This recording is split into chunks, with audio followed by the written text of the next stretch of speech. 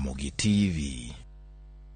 Piny owacho chano medo yore mag bero lwasi mag kalo kod mwandu mag ohala e boda ma Kenya. Jatend migawo mar arita kwe Kithure Kindiki olero wechegi e kinde romo mane okelo kanyakla jokanyo kotielo ni sirkal dhi tiyo kod masinde manyasani e menyo sike mikalo godo kowuok e pinje malibamba. Kindiki mane oten kod jagoro mongirore migawo mar arita kwe Raymond Molo okoni sirkal timo duto mar jiwo arita kwe kokalo e masinde go manyasani. The use of technology, in particular digital technology, is going to become crucial for future border control and management. Future border control and management is going to be driven by data.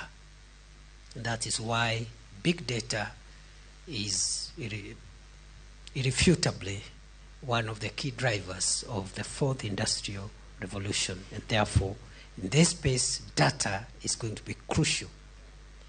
If you have the data, you are able to secure your territory. If you don't have the data, it doesn't matter the hardware and the human resources that you deploy. Without data, it's going to be very difficult to secure our countries and our world.